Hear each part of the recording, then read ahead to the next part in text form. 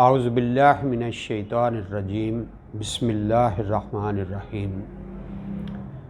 नाज़रीन, हमने तिब्बी लेक्चर्स का जो सिलसिला शुरू किया है, इसमें आज का जो टॉपिक है वो बहुत अहम है। आज हम जिस टॉपिक के बारे में डिस्कस करेंगे, इसके बारे में लोगों के अंदर बहुत सारी कंट्रोवर्सीज़ डिस्कस होती हैं। हमारा आज का टॉपिक है जेंडर सिलेक्शन ट्रीटमेंट, या आया इलाज मुआलजे से बेटा या बेटी को इंसान अपनी मर्ज़ी के मुताबिक पैदा कर सकता है या ऐसा होना मुमकिन नहीं है। सदियों पहले से इंसान कुदरत के इस राज को समझने की कोशिश कर रहा है। जैसे जैसे इंसान इस राज को ढूंढने की कोशिश कर रहा है, कुदरत भी वैसे वैसे बड़ी फ़याज़ी से अपने सरबस्ता राज़ों को इंसानियत के सामने खोल रही है। हमारे माशरे का एक तबका जो कदीम तिब का पैरोकार है और जिसमें हमारे मोहतरम हुक्मा हज़रात भी शामिल हैं, उनका कहना है कि ऐसा होना मुमकिन है।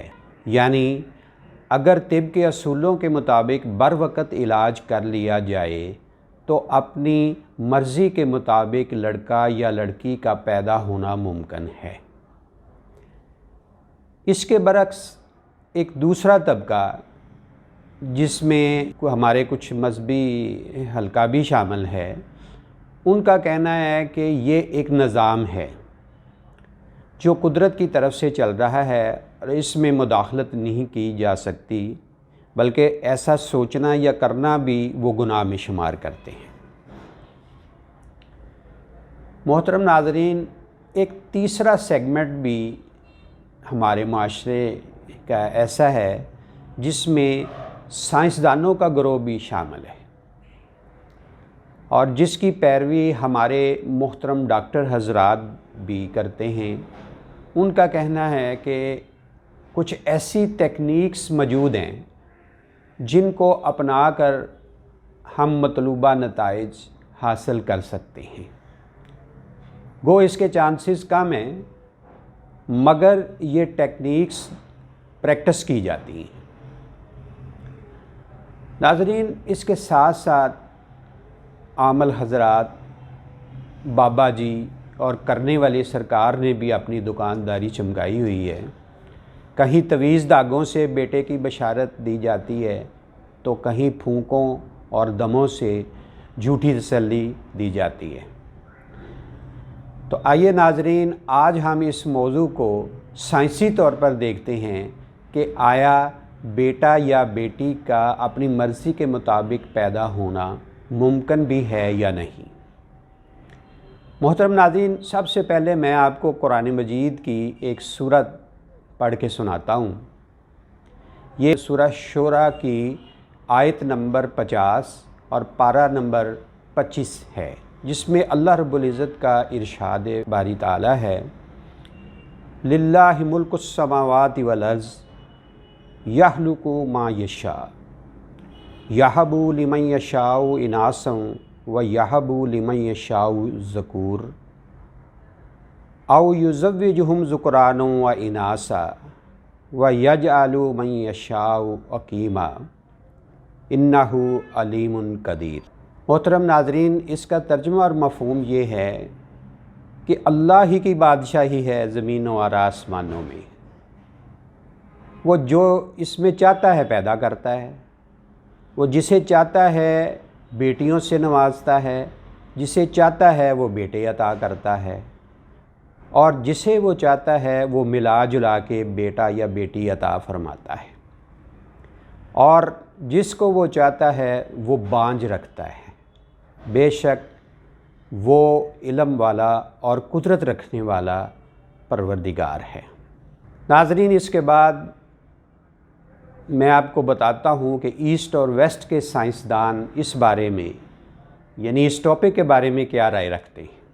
इस टॉपिक पर दुनिया के मुख्तलिफ़ ममालिक में सदियों से तहकीकात हो रही हैं और अब भी हो रही हैं। इन तहकीकात की रोशनी में साइंसदानों ने मुख्तलिफ़ थ्योरीज़ वज़ा की हैं। ना सिर्फ थ्योरीज़ वज़ा की हैं बल्कि उनके अमली तजर्बात और मुशाहदात भी किए हैं। इनमें से सबसे पहली थ्योरी जिसका मैं ज़िक्र करना चाहता हूँ वो है डॉसन-ओविलर थ्योरी।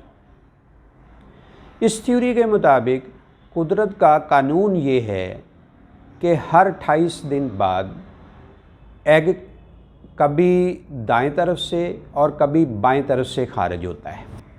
तो डॉक्टर डॉसन के मुताबिक इस कानून के तहत सेक्स के तयन का ज़िम्मेदार मर्द नहीं बल्कि औरत है कि उसका एग किस तरफ से खारिज हो रहा है।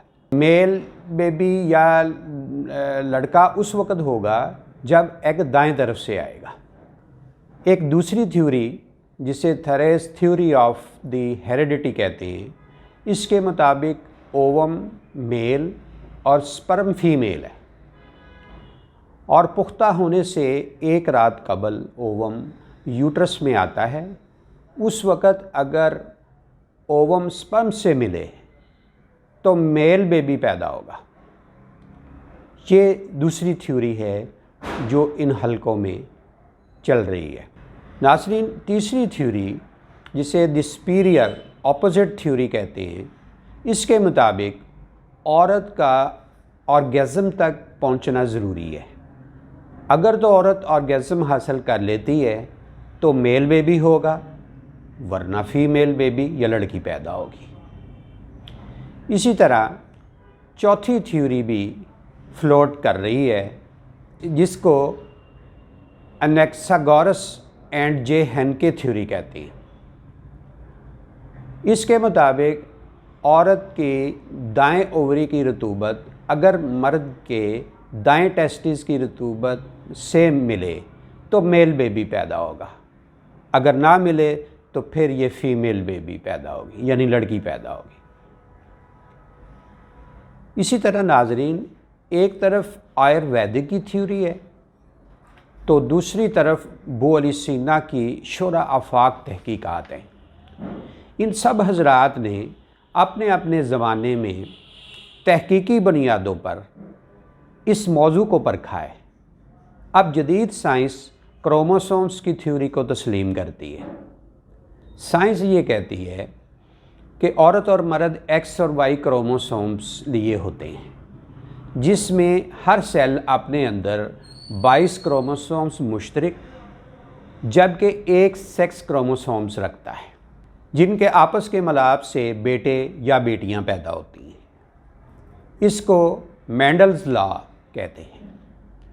जो सेल लड़का पैदा करने का मौजूद होता है, साइंस इसको एंडोस्पर्म, और जो लड़की पैदा करने का बायस होता है इसे गाइनोस्पर्म कहती है। मोहतरम नाजरीन, जदीद साइंस इन मज़कूरा बाला थ्योरीज़ को इन साइंटिफिक कहती है, जबकि साइंस ने मेंडल लॉ जो है इसको अडॉप्ट कर लिया है।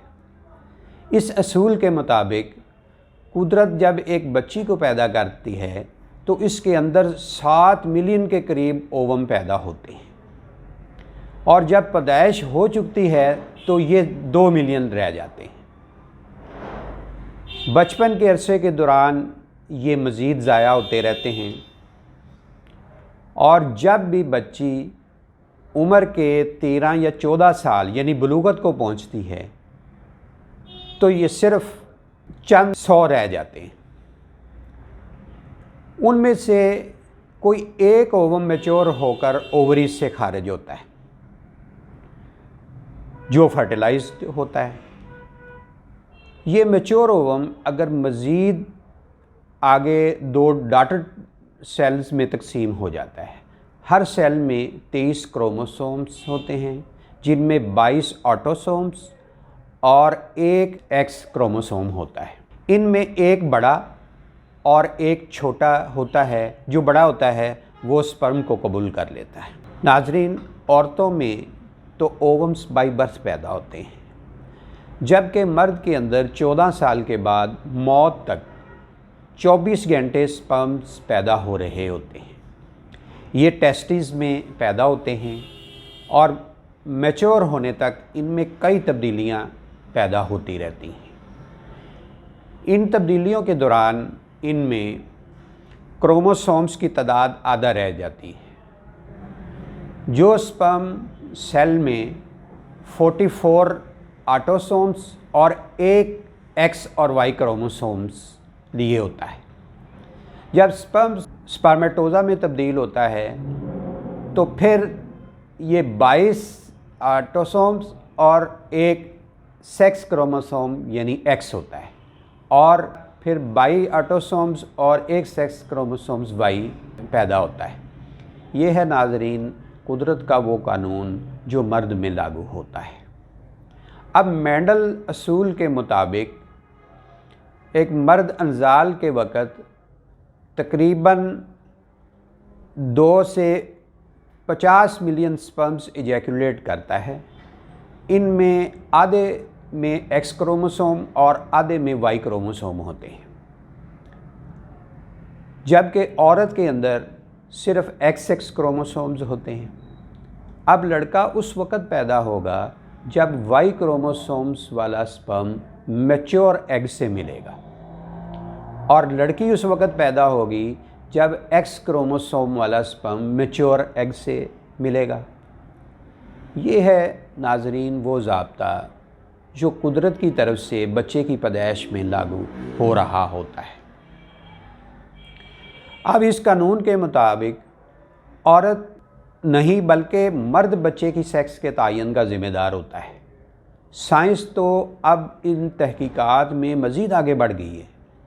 वो मर्द के स्पर्म से एक्स क्रोमोसोम्स को निकाल ही देते हैं, जबकि वाई को यूट्रस में इंजेक्ट कर देते हैं, जिससे किसी हद तक कामयाबी मुयस्सर आ जाती है, लेकिन इसकी रेशो 20 से 30% तक होती है।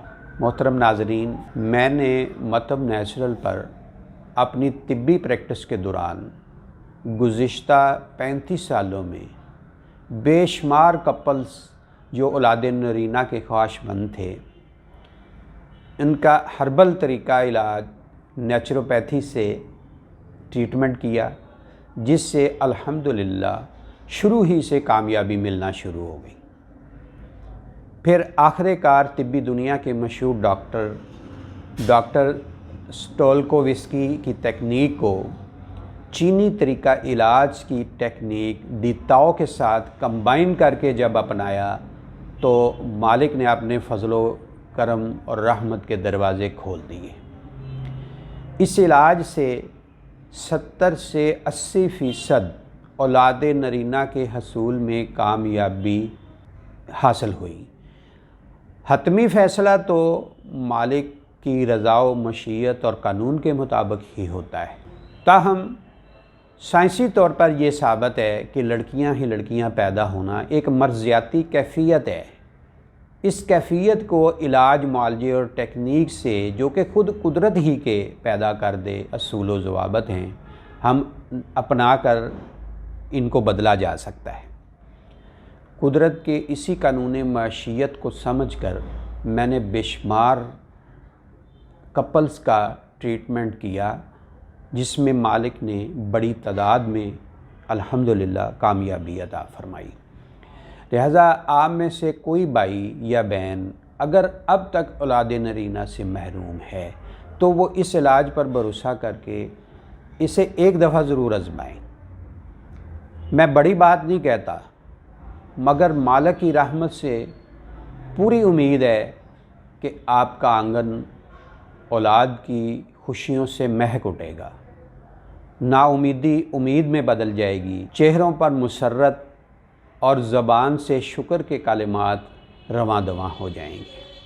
नाज़रीन, आखिर में मेरी आपसे गुजारिश है कि आप मेरे इस चैनल को सब्सक्राइब भी करें, लाइक भी करें और शेयर भी करें, ताकि ये बात दूसरे लोगों तक भी पहुंच जाए। इस मर्ज़ में, इस सिलसिले में कपल्स बेचारे मारे मारे फिरते हैं और वक्त और पैसा भी ज़ाया करते हैं और नताइज भी हासिल नहीं होते। अल्हम्दुलिल्लाह आपकी इतनी सी कोशिश किसी की रहनुमाई साबित हो सकती है। अल्लाह ताला आप सबको अपने हिफ्ज़ व अमान में रखे और दायमी खुशियाँ नसीब करे। आमीन। अस्सलामु अलैकुम।